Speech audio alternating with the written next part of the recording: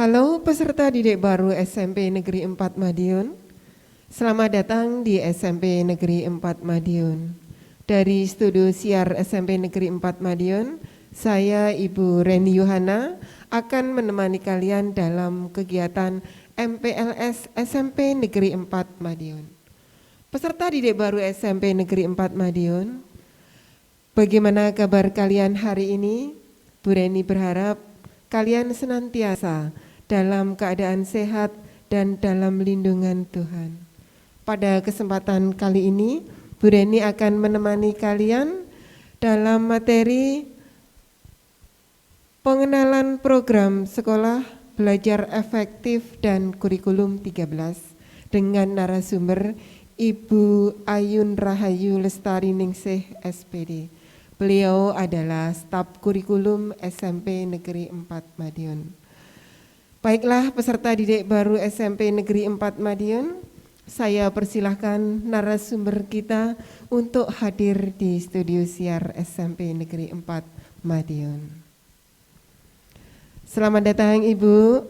Selamat datang Bu Reni. Bagaimana kabar hari ini Ibu? Luar biasa. Iya, saya berharap kita senantiasa dalam lindungan Tuhan ya Ibu. Amin. Bagaimana untuk kesiapan menyampaikan materi? Bisa disampaikan sekarang ya Bu? Siap Bu Reni. Iya. Peserta didik baru SMP Negeri 4 Madiun dan Ibu Ayun Rahayu, saya persilahkan sepenuhnya kepada Ibu Ayun untuk menyampaikan materi kita kali ini. Silakan Ibu. Terima kasih Bu Reni.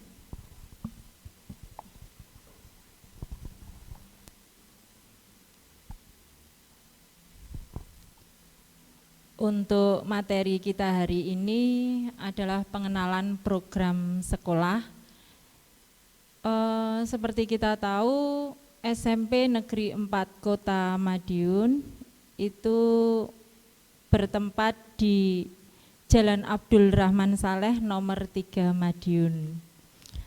SMP Negeri 4 Kota Madiun juga mempunyai visi dan misi. Visi SMP Negeri 4 Kota Madiun adalah terwujudnya insan berprestasi yang beriman, berilmu, beramal, sehat, peduli, dan berbudaya lingkungan hidup, serta berwawasan internasional. Sedangkan misi SMP Negeri 4 Madiun adalah membentuk peserta didik yang unggul dalam bidang IMTAK, IPTEK, dan berbudaya lingkungan hidup, serta berwawasan internasional. Misi yang kedua adalah membentuk warga sekolah yang disiplin, bergotong royong, dan peduli terhadap lingkungan sosial. Yang ketiga, membentuk warga sekolah berperilaku hidup bersih dan sehat di lingkungan sekolah, keluarga, dan masyarakat.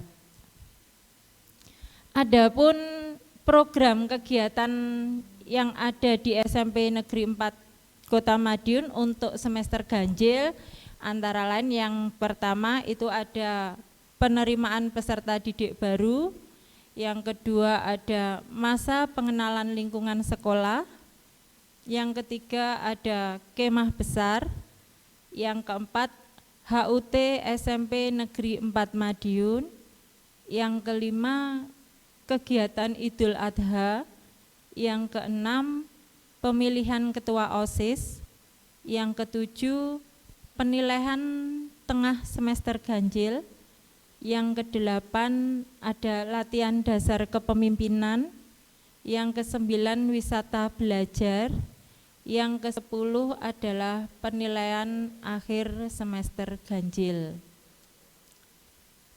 Kemudian untuk program kegiatan sekolah semester genap, antara lain yang pertama retret untuk peserta didik yang beragama Kristen dan Katolik, yang kedua wisata religi, yang ketiga penilaian tengah semester genap, yang keempat ujian praktek, yang kelima ada penilaian akhir semester genap, Yang keenam ada ujian sekolah. Adapun kegiatan ekstrakurikuler yang ada di SMP Negeri 4 Madiun, yang pertama dari bidang olahraga itu ada bola voli. Kegiatan ekstrakurikuler bola voli dilaksanakan setiap hari Rabu dengan koordinator kegiatan Bapak Duyanto Cahyono SPD. Kemudian bidang olahraga yang kedua ada bulu tangkis. Kegiatan ekstrakurikuler bulu tangkis dilaksanakan setiap hari Rabu dan Minggu dengan koordinator kegiatan Bapak Duyanto Cahyono SPD. Yang ketiga, kegiatan ekstrakurikuler tenis meja yang dilaksanakan setiap hari Kamis dengan koordinator Bapak Dr. Andes Toto Sapko Cahyono. Yang keempat, ada ekstrakurikuler bola basket yang dilaksanakan setiap hari Selasa, Kamis, dan Minggu dengan koordinator kegiatan Bapak Dr. Andes Yohanes Hendarto. Yang kelima, catur. Kegiatan ekstrakurikuler catur dilaksanakan setiap hari Kamis dengan koordinator Bapak Dr. Andes Prasetyo. Yang keenam, ada ekstrakurikuler renang yang dilaksanakan setiap hari Sabtu dengan koordinator Bapak Saifur Rahman SPD. Yang ketujuh, ada kegiatan ekstrakurikuler sepak bola yang dilaksanakan setiap hari Rabu dan Sabtu dengan koordinator Bapak Agus Haryanto SPD. Kegiatan ekstrakurikuler juga ada yang di bidang seni, antara lain ekstrakurikuler karawitan yang dilaksanakan setiap hari Rabu dengan koordinator kegiatan Bapak Dr. Andes Sutomo. Ada ekstrakurikuler tari yang dilaksanakan setiap hari Selasa dengan koordinator kegiatan Ibu Sri Retno Purwanti SPD. Ada ekstrakurikuler lukis yang dilaksanakan setiap hari Selasa dengan koordinator kegiatan Ibu Yesika Hana Fadila SPD. Ekstrakurikuler vokal atau paduan suara dilaksanakan setiap hari Rabu dengan koordinator kegiatan Bapak Samuel Luki Santoso STH. Ekstrakurikuler band dilaksanakan setiap hari Rabu dengan koordinator kegiatan Bapak Samuel Luki Santoso STH. Ekstrakurikuler drum band dilaksanakan setiap hari Selasa dan Kamis dengan koordinator kegiatan Bapak Samuel Luki Santoso STH. Ekstrakurikuler hadroh dilaksanakan setiap hari Kamis dengan koordinator kegiatan Ibu Nurul Afifah MPDI. Ekstrakurikuler English Conversation dilaksanakan setiap hari Rabu dengan koordinator kegiatan Ibu Kristina Herawati SPD. Ekstrakurikuler karya ilmiah remaja dilaksanakan setiap hari Kamis dengan koordinator kegiatan Ibu Dinar Ekawati SPD MPD.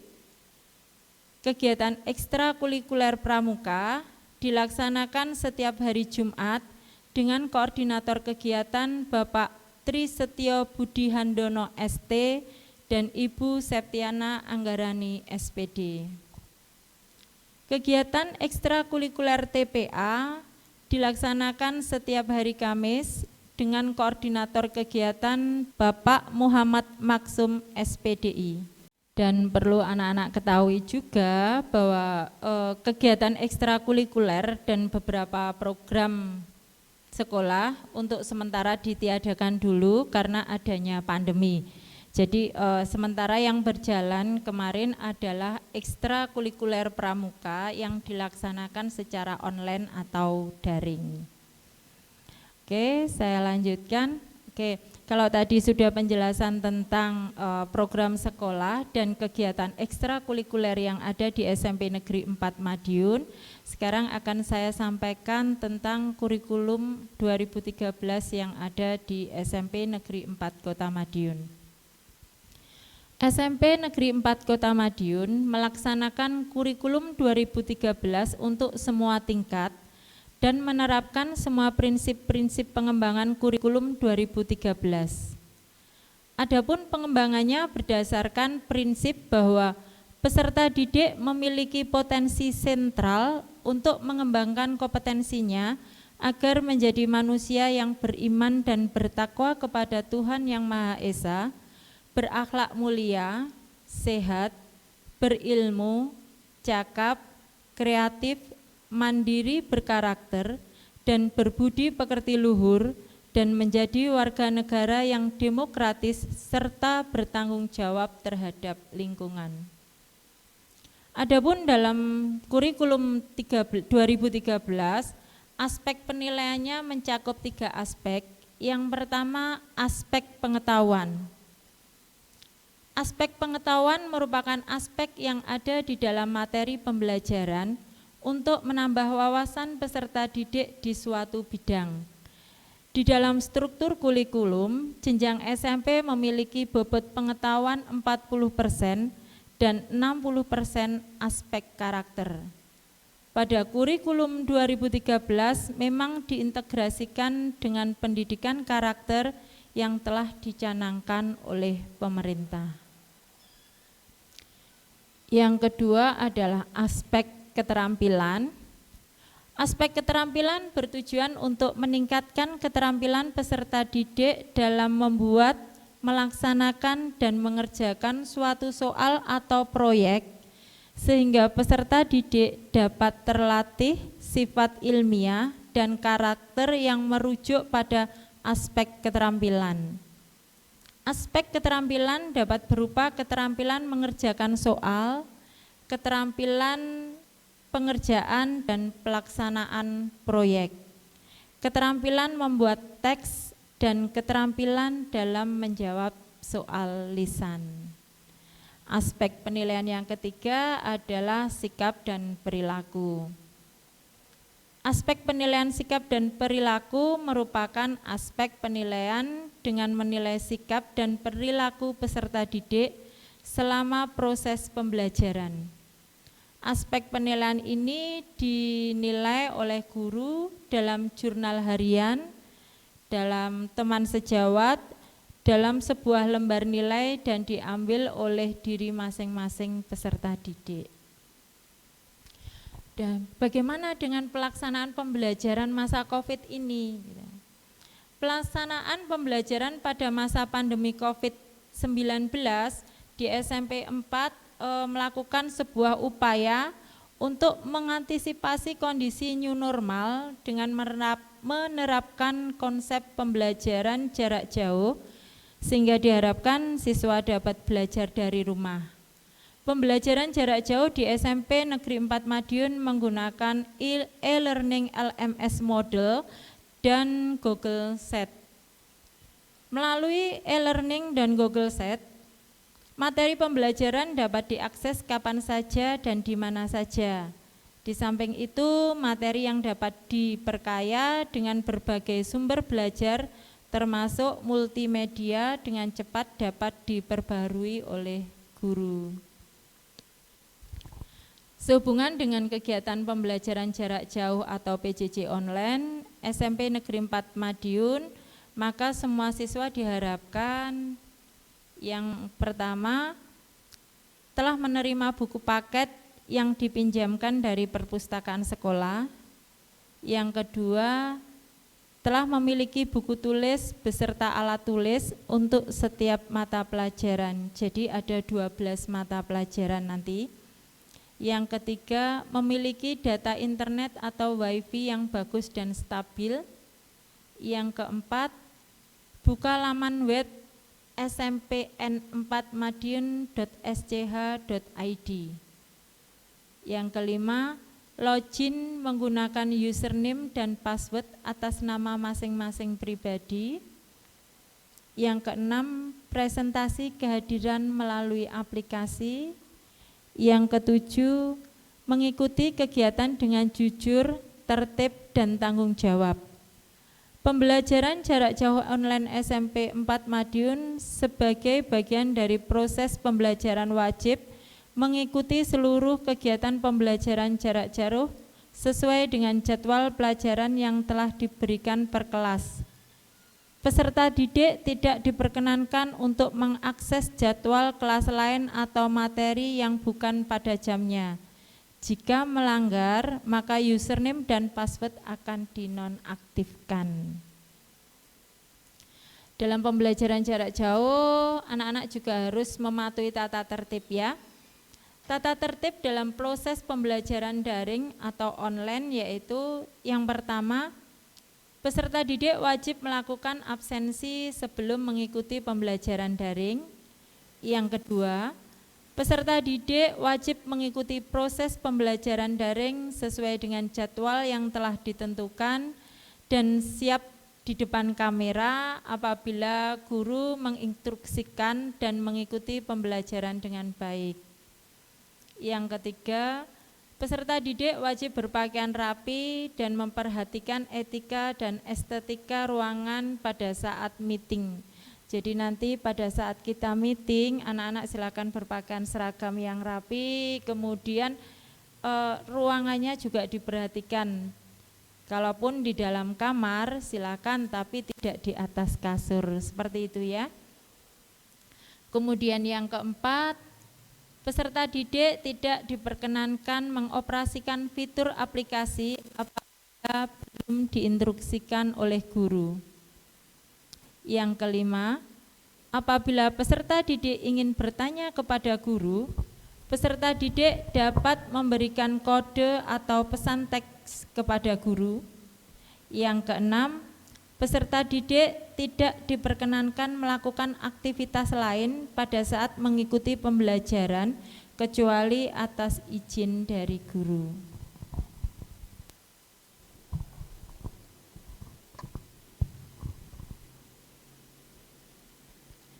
Bagaimana dengan pelaksanaan pembelajaran tatap muka terbatas?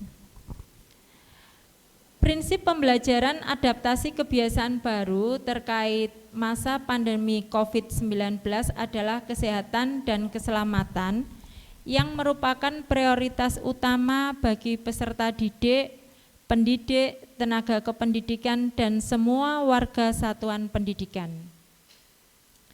Pelaksanaan tatap muka terbatas bisa dilaksanakan di lingkungan sekolah ataupun di luar lingkungan sekolah melalui kegiatan outdoor learning. Jika ada pembelajaran tatap muka secara terbatas, maka pembelajaran harus dilaksanakan dengan menerapkan standar operasional prosedur atau SOP pembelajaran yang sudah ditentukan. Berikut akan saya sampaikan SOP protokol kesehatan bagi peserta didik pada pelaksanaan pembelajaran tatap muka STEPA Hebat SMP Negeri 4 Madiun.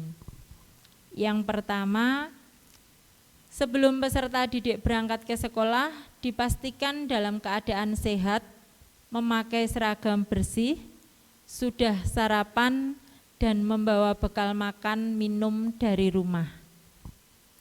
Yang kedua, peserta didik datang ke sekolah berhenti pada titik penurunan dan tidak bergerombol. Yang ketiga, peserta didik datang wajib bermasker dan menggunakan face shield. Siswa sebelum masuk kelas wajib mencuci tangan, memakai sabun, menggunakan air mengalir di tempat yang telah disediakan. Yang keenam, peserta didik membersihkan ruangan dan lingkungan sekolah secara rutin minimal 1 kali sehari dengan disinfektan khususnya di handle pintu saklar lampu, dan fasilitas lain yang sering terpegang oleh tangan. Yang keenam, antar peserta didik menerapkan social distancing dan physical distancing, kemudian jarak bangku atau meja dalam ruangan minimal 1,5 meter. Yang keenam, apabila peserta didik terdapat gejala demam, batuk, pilek, atau sakit tenggorokan, sesak nafas, segera nanti melapor ke BK atau petugas UKS untuk izin pulang, mengisolasi diri, serta menghindari banyak kontak dengan orang lain. 7. Peserta didik tidak diperkenankan berbagi makanan, minuman, termasuk peralatan makan minum, dan alat musik tiup yang akan meningkatkan risiko terjadinya penularan penyakit. 8. Peserta didik harus menghindari kontak fisik langsung, bersalaman, cium tangan, berpelukan, dan sebagainya. 9. Pembelajaran sesuai dengan waktu yang ditentukan. Yang 10. Setelah selesai KBM, peserta didik wajib langsung pulang tanpa harus berkerumun di luar ataupun di dalam sekolah. Nah, itu tadi sudah saya sampaikan tentang SOP pembelajaran jarak jauh atau SOP tatap muka. Jadi nanti jika kondisinya sudah sedikit membaik, kita akan melaksanakan pembelajaran tatap muka. Sebelum ada pembelajaran tatap muka, selama ini anak-anak belajar dengan daring kan di rumah. Nah, untuk belajar daring itu dibutuhkan beberapa cara yang efektif. Bagaimana kita bisa belajar secara efektif di rumah sendiri seperti itu ya. Biar apa yang kita pelajari itu ilmunya masuk, kemudian ilmunya bermanfaat ya. Berikut akan saya sampaikan cara belajar yang efektif. Saat pembelajaran jarak jauh atau pembelajaran tatap muka, peserta didik harus mempunyai cara belajar yang efektif agar materi yang dipelajari bisa terserap dengan baik.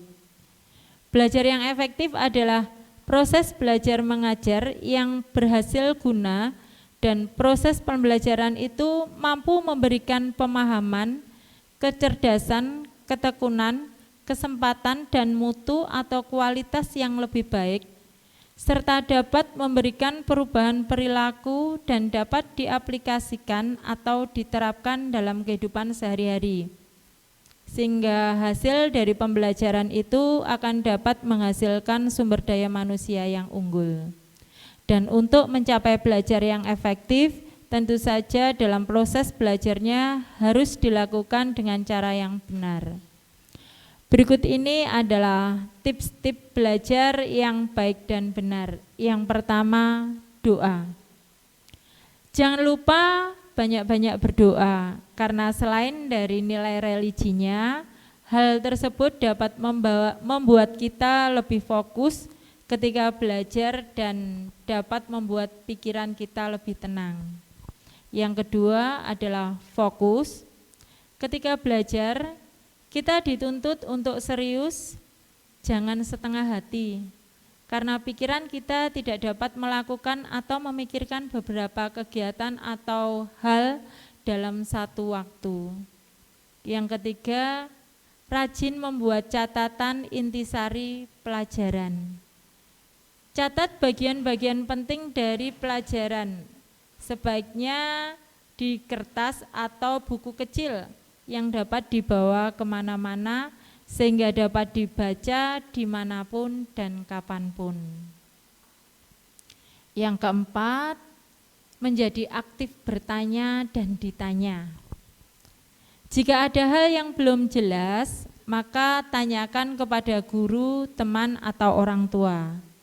Jika kita bertanya, kebiasaan kita akan ingat jawabannya. Tawarkanlah kepada teman untuk bertanya kepada kita hal-hal yang belum dia pahami. Semakin banyak ditanya, maka kita akan semakin ingat dengan jawaban Dan apabila kita tidak tahu jawaban yang benar, maka kita dapat membahasnya bersama-sama dengan teman. Yang kelima, kerjakan PR. Kerjakan PR dengan baik. Jangan selalu mencari alasan untuk tidak mengerjakannya. Jangan malas mengerjakan PR dengan alasan lupa atau menunda-nunda mengerjakannya.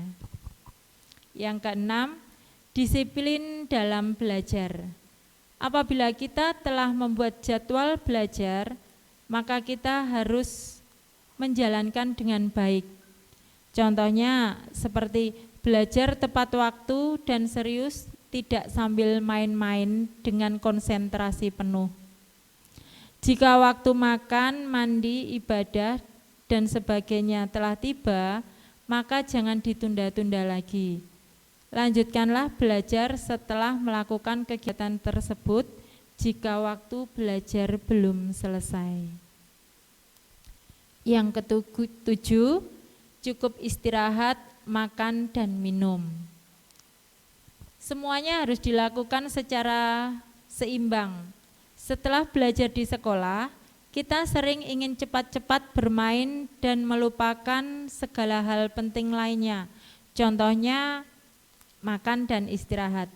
Padahal setelah seharian di sekolah, tidak terasa badan kita membutuhkan masukan energi tambahan yang bisa didapatkan dari istirahat dan makanan yang kita makan. Oleh karenanya, kita harus dapat membagi waktu untuk makan, istirahat, dan bermain. Kalau semuanya dilakukan dengan baik, badan menjadi segar, jadi tidak sering ngantuk di dalam kelas. Yang kedelapan, ikutilah kegiatan ekstrakurikuler yang kamu senangi. Jadi cari tahu kegiatan apa yang cocok dan kalian suka. Contohnya apabila kalian suka pelajaran taekwondo, cobalah untuk mengikuti kursus dari kegiatan tersebut. Sehingga selain belajar pelajaran-pelajaran yang diajarkan di sekolah, kalian juga dapat menambah pelajaran tambahan di luar sekolah.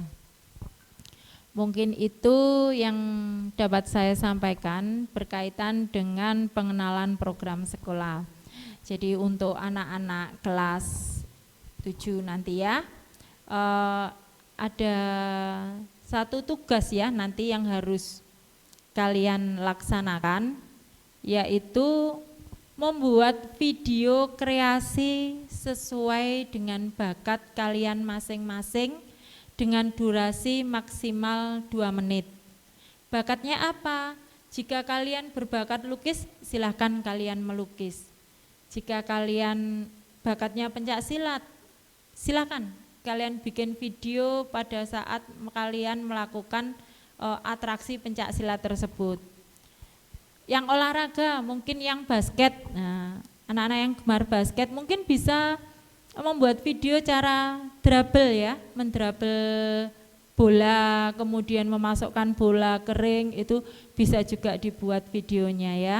Atau yang suka dance, yang suka ngedance boleh juga nanti dibuat videonya. Kemudian fotografi ataupun videografi, teater, tari ataupun vokal. Silakan, pokoknya intinya anak-anak membuat video kreasi sesuai dengan bakat kalian masing-masing. Mungkin itu yang bisa saya sampaikan. Sampai ketemu di lain kesempatan. Terima kasih.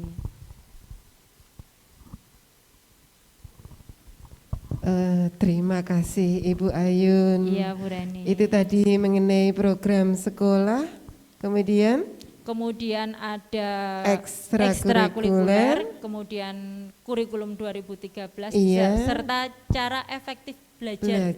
Iya.